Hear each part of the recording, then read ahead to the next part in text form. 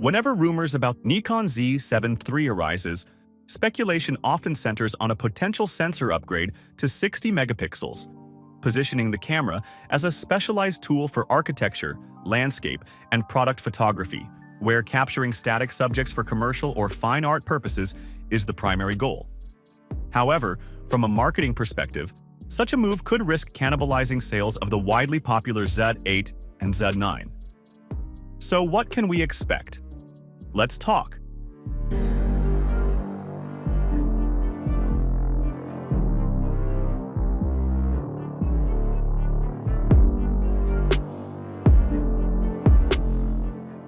For many photographers, particularly those who focus on landscape photography, the idea of a 60-megapixel sensor in the Z7 III is incredibly appealing. The ability to capture minute details with unmatched clarity is a priority for this audience. Photographers in this field frequently emphasize the importance of dynamic range, color fidelity, and overall resolution, qualities that a high-megapixel sensor could deliver. Yet, while this potential upgrade excites many, it also raises strategic questions about Nikon's broader lineup.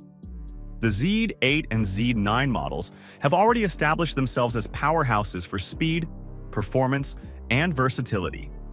Introducing a Z7 III with such a high resolution could risk cannibalizing the market for these models.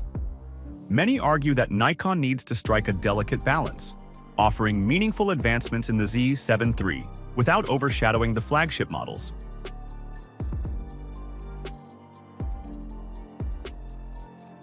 To address this dilemma, some photographers propose a more conservative yet impactful upgrade strategy.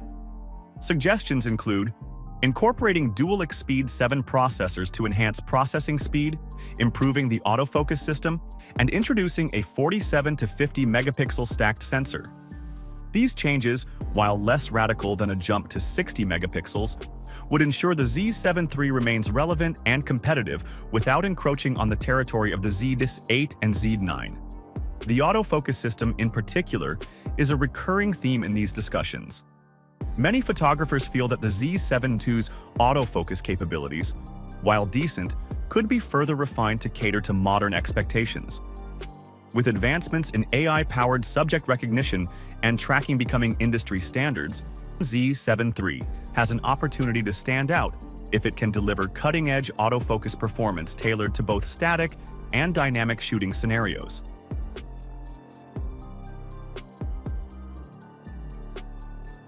The Z7 series has historically carved out a niche as a high-resolution option for photographers who prioritize image quality over speed or versatility.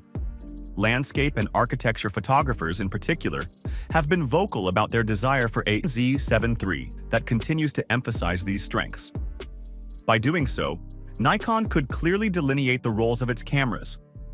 The Z8 and Z9 as high-speed, action-oriented models. The Z6 III as a video and hybrid photography workhorse, and the Z7 III as a precision instrument for static and detailed photography. However, not everyone is convinced the Z7 line has a future. Some skeptics suggest that Nikon might discontinue the series altogether, leaving the Z7 II as its final iteration. For these critics, the overlap between the Z7 and Z8 in terms of functionality and pricing creates a challenging scenario for Nikon, especially if the company cannot offer a compelling reason for users to choose Z7 III over its siblings.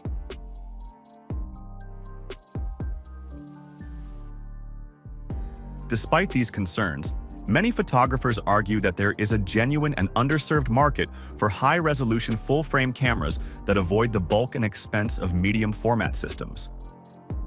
These users are clear in their preferences. They value portability, dynamic range, and image quality, but do not want the larger size and slower workflows often associated with medium-format cameras. For these photographers, could fill a crucial gap. The willingness to pay a premium for such a camera is also notable. Enthusiasts and professionals alike express a readiness to invest in a Z7 III, even if it comes with a higher price tag than the Z8. Provided it delivers unique features like a 61-megapixel sensor, exceptional dynamic range, and autofocus capabilities that rival competitors like the Sony A7R V. This highlights a significant opportunity for Nikon to cater to a discerning audience that prioritizes quality and precision.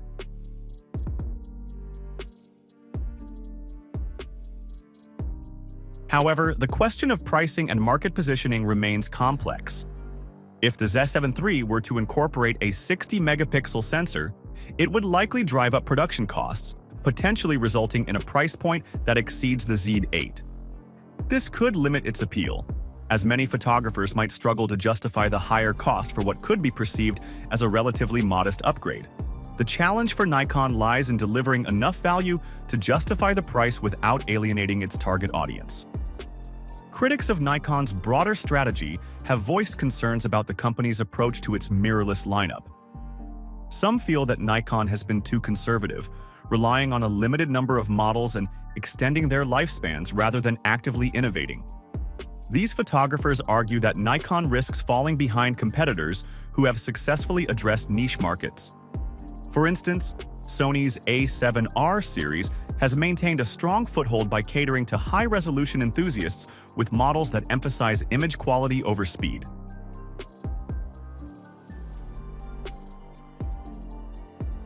Sony's ability to meet the needs of this market segment is frequently cited as a benchmark for Nikon. The A7R series, with its focus on high-resolution sensors and advanced technology, demonstrates that there is still strong demand for cameras that prioritize image quality. Nikon, some argue, should take note of this success and ensure the Z7 III offers a similarly compelling package. Suggestions from the community include adding modern features like a dedicated AI chip for advanced subject recognition and tracking.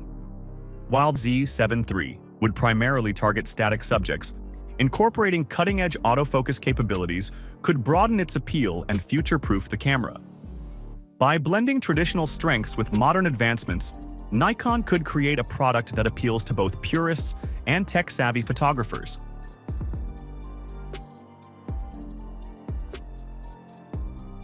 Ultimately, the ongoing debate about the Z7 III's potential reflects broader questions about Nikon's strategy and priorities.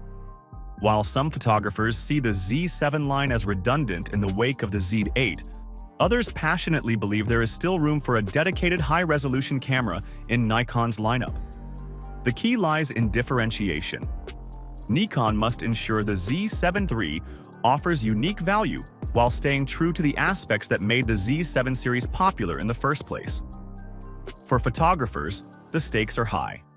The Z7 III represents not just another product in Nikon's lineup, but a potential affirmation of the company's commitment to meeting the diverse needs of its community. Whether through groundbreaking resolution, refined autofocus, or a blend of both, the Z7 III has the potential to set a new standard for high-resolution full-frame cameras, if Nikon gets the formula right.